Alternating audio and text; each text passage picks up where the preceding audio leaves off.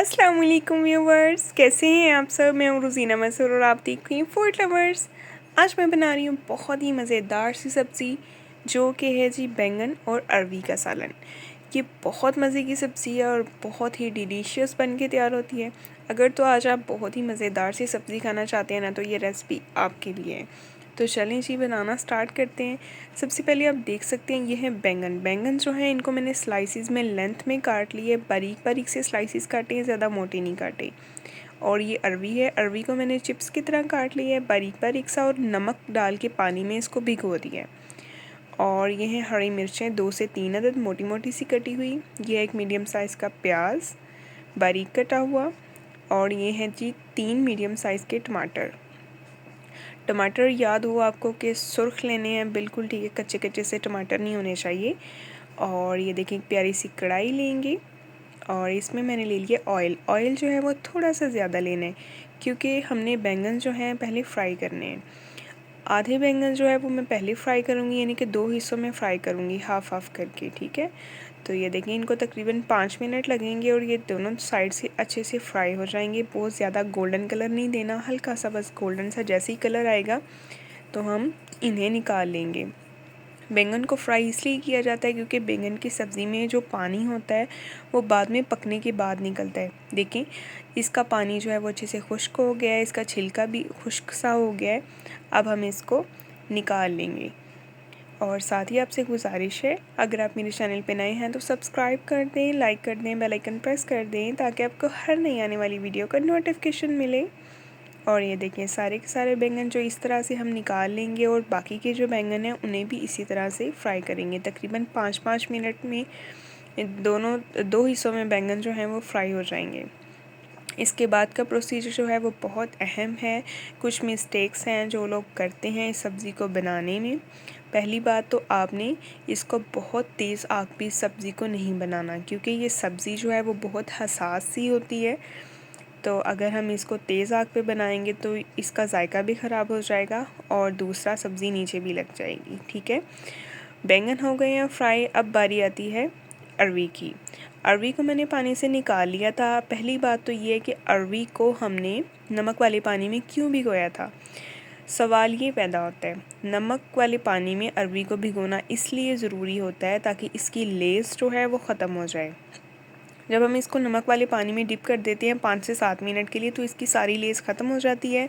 ये आसानी से कटिंग भी हो जाती है, हाथ से स्लिप भी नहीं होती, पकड़ी जाती है, ग्रिप आ जाती है।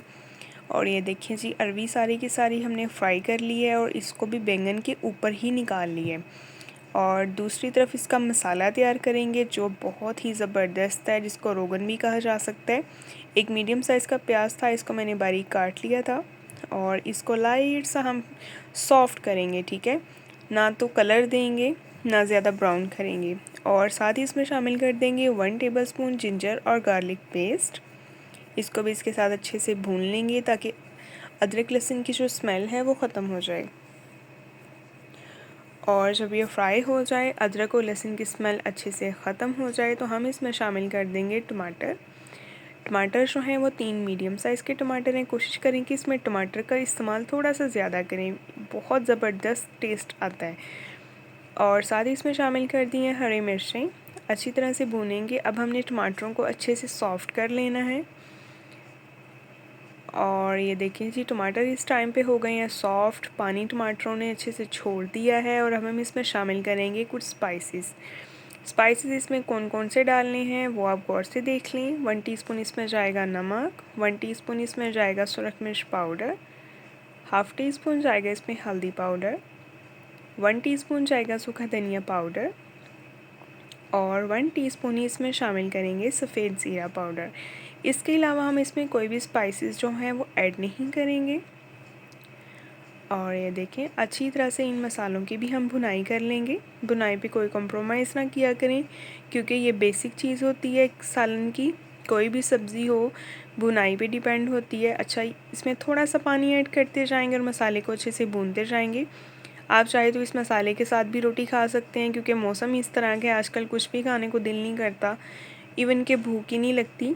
तो ये मसाला जो है ये ख़ास आपके लिए, आप इसको दोपहर में बनाएं या शाम में बनाएं, बहुत मज़े का लगता है। और इस तरह भी आप इसको खा सकते हैं। और ये देखिए मसाला जो है वो बिल्कुल भुन के तैयार हो गया है। इसमें शामिल कर देंगे सब्ज़ी।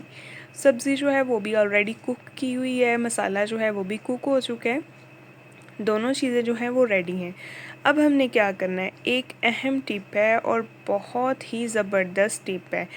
करना क्या है, हमने इसको अब कुक करना है दम पे, ठीक है। दोनों चीज़ें ऑलरेडी कुक हैं, बाकी की जो पकाई है हमने दम पे करनी है। दम पे किस तरह करनी है, कोई भी पुराना तवा ले लें या कोई भी तवा आप लें और इसको तवे पे दम दें, बिल्कुल हल्की आंच पे, दम वाली फ्लेम पे आप रखें।